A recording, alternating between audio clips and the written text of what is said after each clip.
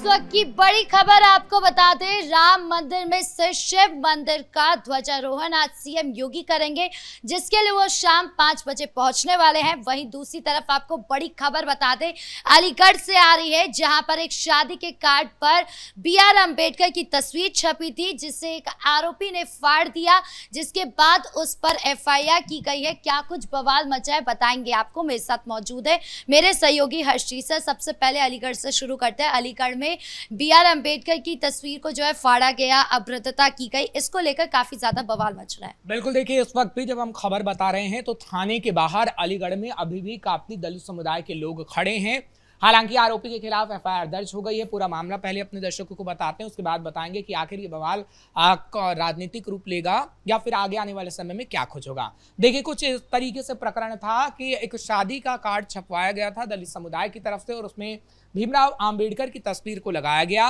और शादी का कार्ड रिश्तेदारों में बांटा गया। हालांकि ये कार्ड एक ऐसे समुदाय के पास भी गया जो ऊंची जाति का था और खास तौर पर ये कहा जा रहा है कि उसने जब इस कार्ड को देखा तो फाड़ा, बकायदा इस कार्ड को, अंबेडकर की तस्वीर को फाड़ा और तस्वीर को पैरों से रौंदा और उसके बाद बकायदा एक वीडियो बनाई और वीडियो बना के सोशल मीडिया पर डाल दी। और जैसे ये वीडियो वायरल हुआ वैसे ही अलीगढ़ का ये समुदाय भड़क गया और उनकी तरफ से मांग की गई आरोपी को गिरफ्तार की जाए। हालांकि पुलिस के मुताबिक ये कहा गया है कि हमने FIR दर्ज कर ली है आरोपी के खिलाफ और तो और अभी थाने के बाहर तमाम तकरीबन 43 से 44 लोग होंगे दलित समुदाय के, वो थाने को घेर कर खड़े हुए हैं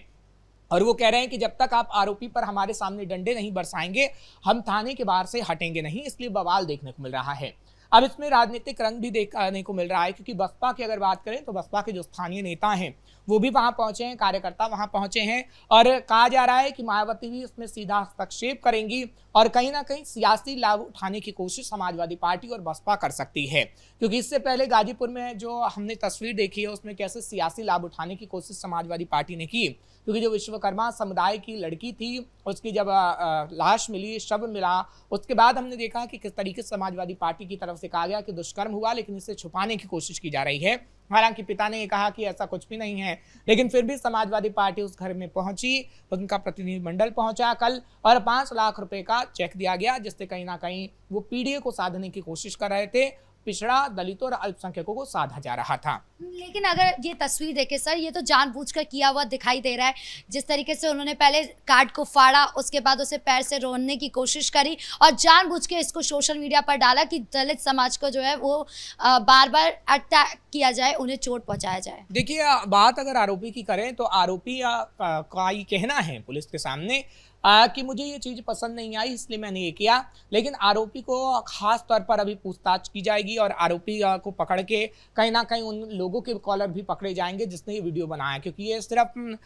फाड़ने की कोशिश कर रहा था, लेकिन सामने वाला जो वीडियो बना रहा था आखिर वो कौन था, इसमें क्या 2-4 लोग और शामिल हैं या फिर इसका संगठन है। इस पूरी जांच को आगे आने वाले समय में रखा जाएगा मीडिया के सामने और पुलिस इस बाबत पूरी जानकारी भी देगी। लेकिन हाँ, इतना जरूर है कि बसपा और समाजवादी पार्टी इसका पूरा सियासी लाभ लेने की कोशिश करेगी, क्योंकि अलीगढ़ में आप देख रहे हैं कि ज्यादातर दलित और मुसलमानों की आबादी है और अलीगढ़ को साधने के लिए बसपा और समाजवादी पार्टी इस मुद्दे को बड़ा बनाएगी, इसमें कोई दो राय नहीं है। और आज ही हम देख रहे हैं कि कैसे थाने के बाहर जब कई लोग इकट्ठे हुए हैं तो बसपा के कार्यकर्ता पहुंच चुके हैं। अब देखना होगा कि जैसे समाजवादी पार्टी के मुखिया अखिलेश यादव गाजीपुर जाने की कोशिश कर रहे थे, हालांकि प्रतिनिधिमंडल को जाने दिया गया तो उनका दौरा रद्द हो गया, लेकिन क्या मायावती अलीगढ़ में आती हैं? क्योंकि अलीगढ़ में अब ये बवाल काफी बड़ा होने वाला है, क्योंकि यह मांग की जा रही है कि उस आरोपी को आप डंडे बरसाएं और हमारे सामने बरसाएं जितने तमाम लोग हैं। क्योंकि देखिए, पुलिस से जो कार्रवाई करती है, पुलिस या तो रिमांड पर लेती है, फिर डंडे बरसाती है और फिर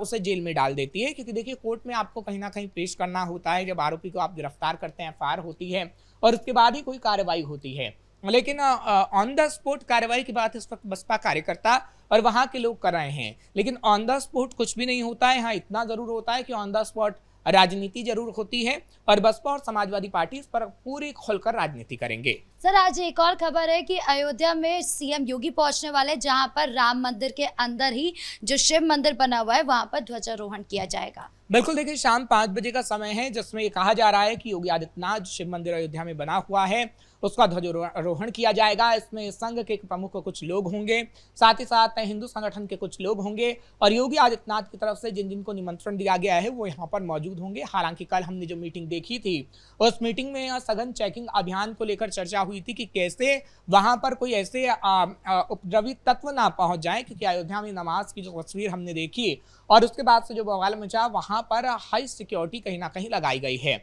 जो कि ये कहा जा रहा है कि एक स्कैन भी दिया गया है, जिस स्कैन को आप करेंगे तो खास तौर पर आप अंदर जा पाएंगे। फिलहाल और भी जो खबरें आ रही हैं वो ये है कि तकरीबन भारी पुलिस बल को वहां पर लगाया गया है अयोध्या के अंदर। और तो और शाम 5 बजे जब ये तस्वीर नजर आएगी तो काफी भव्य होगी। आपने प्रोग्राम की शुरुआत में वाराणसी की बात की थी, क्योंकि देखिए वाराणसी की बात करें शिव मंदिर की या फिर अयोध्या के राम मंदिर की बात करें जहां शिव मंदिर मौजूद है और उसका ध्वजारोहण होना है, तो ये भी कहीं ना कहीं 2027 से आप इसे जोड़कर देख सकती हैं,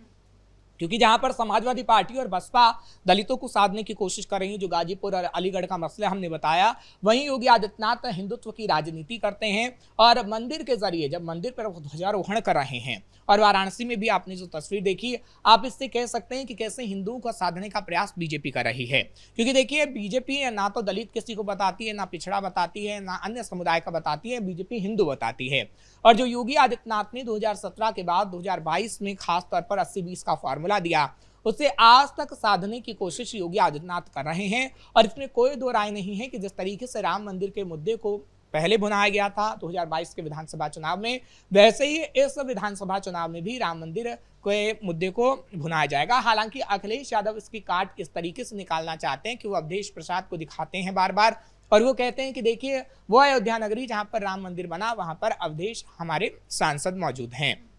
लेकिन विधायकी कौन जीतेगा ये तो खैर आगे आने वाला वक्त बता पाएगा, लेकिन इतना जरूर आप कह सकते हैं कि जितने भी हिंदू लोग हैं वो कहीं ना कहीं से प्रभावित होंगे और भारी संख्या में आप देखिएगा कि वोट बीजेपी को ही जाएगा, क्योंकि बीजेपी एक मैसेज पहुंचाने की कोशिश कर रही है। वो मैसेज महाकुंभ के दौरान भी हमने देखा कि महाकुंभ के दौरान भी मैसेज पहुंचाने की कोशिश की गई, क्योंकि हमारे देश की लगभग आप देख रहे हैं कि इस तरीके से आधी आबादी तक वहां पहुंच गई और महाकुंभ में स्नान किया और वहां की जो व्यवस्थाएं थी वो दिखाने की कोशिश की गई कि कैसे हिंदुओं के लिए हमने तमाम व्यवस्थाएं की और हिंदुओं की जो भी आस्था का केंद्र है उसको भी योगी आदित्यनाथ विश्व पटल पर लाने की कोशिश कर रहे हैं। 2-3 एग्जाम्पल से समझा जा सकता है इसको। एक तो अयोध्या की हम बात कर रहे हैं, क्योंकि अयोध्या में जो शिव मंदिर पर ध्वजारोहण वो करेंगे, राम मंदिर का मुद्दा बनाया जाएगा। संभल का यहाँ पर जिक्र करना होगा, क्योंकि संभल को सनातन नगरी बार बार योगी आदित्यनाथ बता रहे हैं और संभल को जब सनातन नगरी बताया गया है तो किस तरीके से बताया गया कि कैसे मंदिरों पर हम करोड़ों रुपया खर्च कर रहे हैं। तो आज जो तस्वीर नजर आएगी और योगी आदित्यनाथ का जो संबोधन होगा उसमें भी आप देखेंगे कि कैसे हिंदुत्व को साधते हुए वो नजर आएंगे और किस तरीके से अपनी बात को लोगों तक पहुंचाते हुए नजर आएंगे। और ये बहुत जरूरी है, क्योंकि 2027 का जब चुनाव बेहद नजदीक है तो आप इतना जरूर कह सकती हैं कि हिंदुओं को साधा जाएगा तो योगी आदित्यनाथ एक बार फिर से सीएम बन जाएंगे। क्योंकि देखिए योगी आदित्यनाथ की अगर बात करें तो वो हर मुद्दे पर काम कर रहे हैं। एनकाउंटर उत्तर प्रदेश में हो रहे हैं, बुलडोजर चल रहा है, बुलडोजर और एनकाउंटर कहीं ना कहीं पसंद आ गया है जनता को और 2022 में एक बार फिर से सीएम पद पर बिठाया गया योगी आदित्यनाथ को। लेकिन इतना जरूर है जो विकास का मुद्दा था वो 2024 में उत्तर प्रदेश में काम नहीं आ पाया, क्योंकि विकास के मुद्दे पर ज्यादा ही शिफ्ट योगी सरकार हो गई थी। 2024 के लोकसभा चुनाव की हम बात कर रहे हैं और इसी वजह से लोकसभा की सीटें कहीं ना कहीं कम हो गई उत्तर प्रदेश के अंदर। लेकिन अब उसको साधने के लिए,